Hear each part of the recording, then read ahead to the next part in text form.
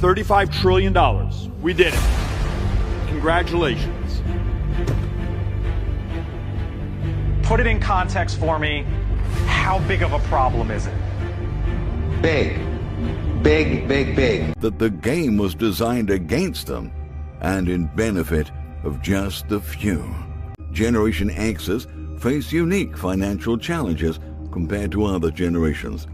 He explained that Generation X is considered the sandwich generation, which means they're caught between supporting their adult children and aging parents, including those residing in retirement homes. Inside the Inner Order, we don't dabble in surface-level nonsense. We go deep, gathering with over 400 ascended warriors each week, cracking the codes they swore you'd never see. This is the front line of awakening. And let me be clear, it's not for spiritual tourists or wannabes. I don't share what I know with the masses. I reserve it for those who've earned their place in the Inner Order. You are the pure and ancient souls who came on Earth to participate in the greatest experiment of the universe. Transition to a new dimension in your physical bodies. It is you who once were Lemurians, Atlantes, Hyperboreans. Your souls have absorbed the experience of these great civilizations, as well as many other, extraterrestrial ones, while being born on a variety of planets and dimensions. Many of you came from very high worlds, having artificially decreased your vibrations and chosen service to people at this supreme moment of their transition period. So now, we are working with each of you, purifying your DNA in terms of energy from all alien deposits, keeping only their divine core, the one they initially featured before the intrusion of the dragon reptiles to your beloved planet, as well as other low-vibration civilizations' representatives. This is what our contribution to humanity revival is. As you see, the entire force is on your rescue, and we believe that your victory is not far off now. Feel unity with your great kin. Their destruction is the catalyst for your ascension. What was meant to be your end has only led to your ultimate victory.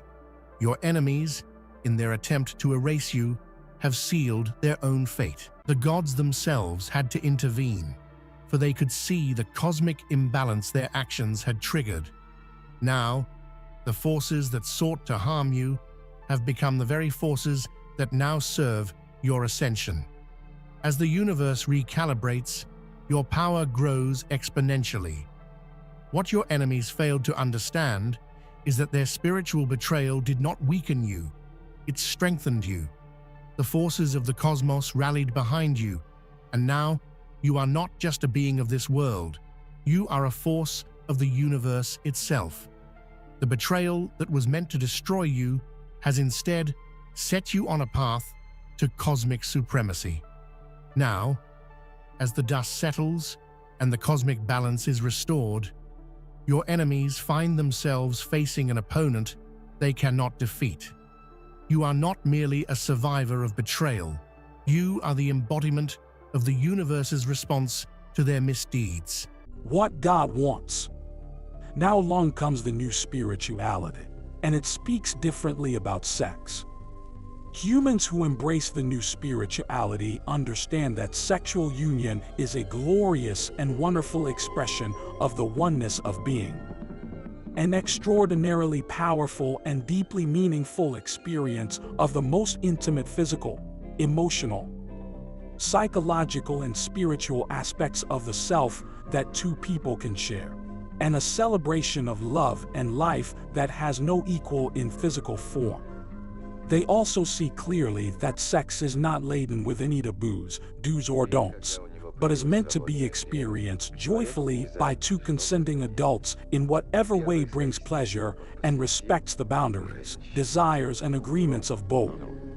They also understand that the human body is sacred, not embarrassing, and that no part of the body is anything other than totally beautiful, and may therefore be shown and seen without shame. One result of this new teaching: in the future, sexual guilt and sexual shame will virtually disappear from the human family. So will sexual assault. You are not just chosen. You are coded for revolution. You survived it all. The exile, the ridicule, the war. But that was just the beginning. You weren't meant to just survive.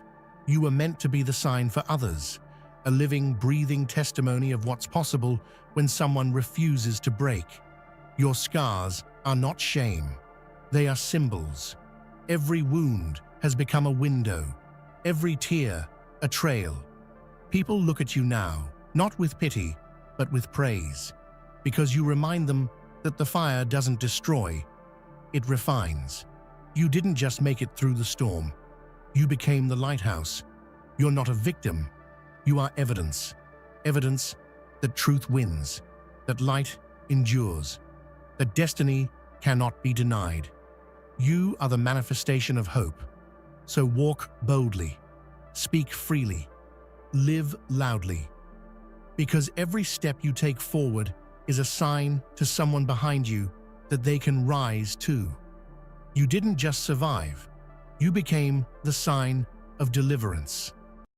This is the very moment X that has been said about so much in the messages of the forces of light. And that has eventually become apparent this year. Now each of you should listen to your intuition, having got completely aloof from the polyphony of the media and somebody else's reasoning, so as to understand whose side you are at, who you can trust and who you cannot, whether you would like to live the good old life or you are ready to jump into the deep end. Vital information about the soul. He learned the soul was, in fact, a tangible item. It could only be detected and seen after the death of the human host. It appeared then as it traversed the universe on the trip back to Eden. It became vulnerable in the form of light. It didn't take Enki long to create a plan to confuse, distract, manipulate, and erase any lingering recognition of their soul and its purpose. Enki didn't want the knowledge of who they were, why they were on Earth, and what the purpose of the soul was, creeping back into the minds of men. He would give them a new and totally different understanding to live by.